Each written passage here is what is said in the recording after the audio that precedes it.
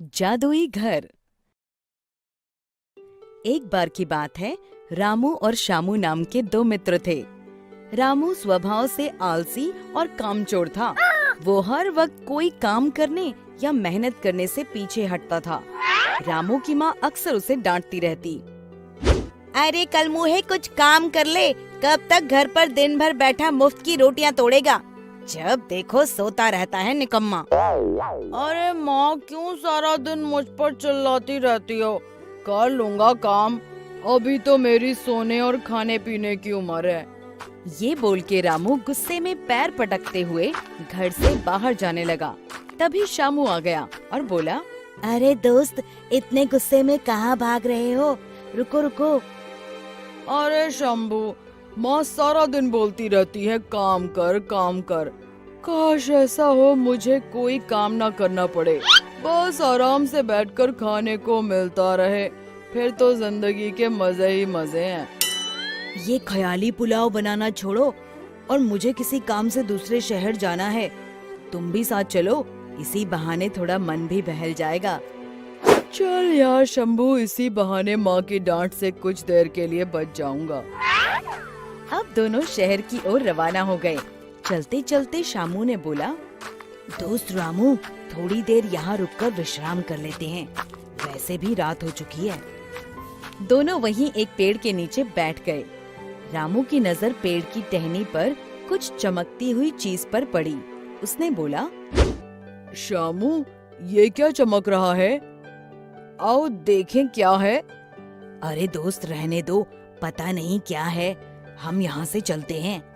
तुम भी खामखा डरते हो, एक बार पेड़ पर चढ़कर देखें तो सही, आखिर है क्या। दोनों जैसे ही पेड़ पर चढ़ने लगे, तभी उन्हें एक आवाज आई, रुको।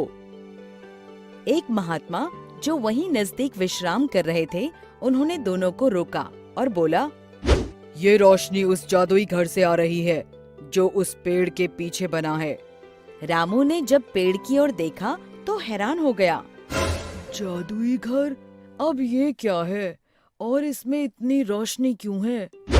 इस घर की एक खासियत है, इसमें रहने वाले व्यक्ति को कोई भी काम नहीं करना पड़ता और ना ही कोई मेहनत करनी पड़ती है। बस आराम से बैठकर खाओ और सो जाओ।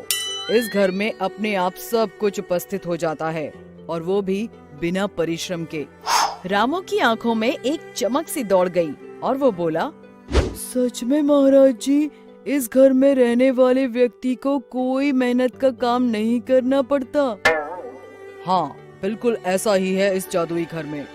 रामू ने मन ही मन सोचा, काश इस घर में रहने को मिल जाए, फिर तो आराम की ही जिंदगी गुजरे, ना कोई मेहनत करनी पड़े और ना रोज रोज माँ के ताने सुनने को मिले।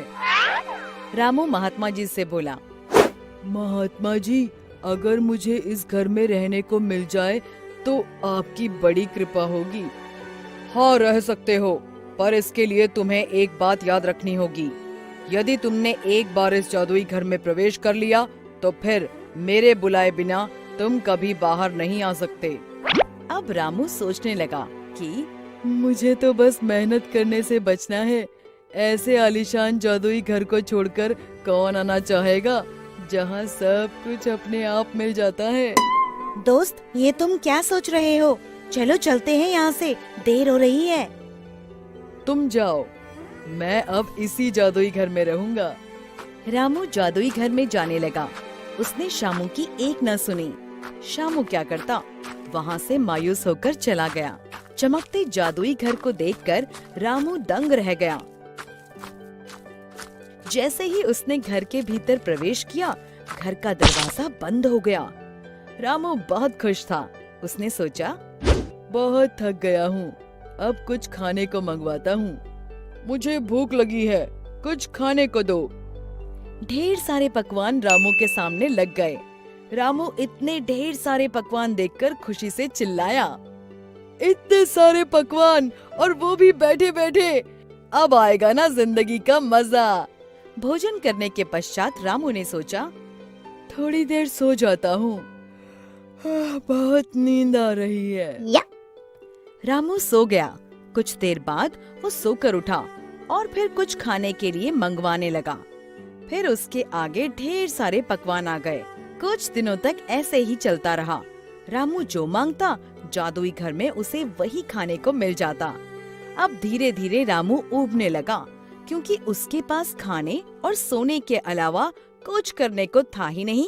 उसी एक घर में खाओ और सो जाओ। उसको समझ नहीं आ रहा था कि क्या करे, पर ये उसकी खुद की इच्छा थी कि उसे ऐसी जिंदगी मिले जहाँ मेहनत करे बिना सब कुछ मिल जाए।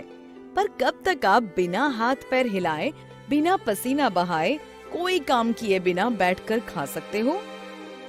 रामू जोर जोर से चिल्लाने लगा, महात्मा जी, मुझे इस घर में नहीं रहना, मुझे यहाँ से बाहर जाना है। मैं मेहनत करके कमा कर खा लूंगा, पर यहाँ तो मैं पागल हो जाऊंगा। माँ, मेरा मित्र शंभू कोई भी नहीं है, मुझे उनके साथ ही रहना है। महात्मा जी, मुझे वापस भेज दो मुझे महात्मा जी। चिल्लाते हुए अचानक से रामू को आवाज आई, अरे निकट्ठू, उठ जा, सूरज सर पर चढ़ाया है, कोई काम ढूंढ ले। अपने मित्र शंभू से कुछ सीख ले, वो कितनी मेहनत करता है। रामू टपक से उठा और घबराया हुआ बोला, माँ तुम, मैं जादुई घर से बाहर आ गया या फिर कोई सपना देख रहा था? रामू को समझ आ गया था कि बिना मेहनत किए जीवन बेकार है। शिक्षा, हमें हमेशा परिश्रम करते रहना चाहिए, क्योंकि परिश्रम का फल सदैव मीठा होता है। दोस्तों, हमें उम्मीद है कि आपको हमारी ये कहानी पसंद आई होगी। कृपया हमारे चैनल को सब्सक्राइब करें और सभी अपडेट्स के लिए बेल आइकन जरूर दबाएं। और हाँ, वीडियो लाइक और शेयर करना मत भूलिएगा। Bye bye.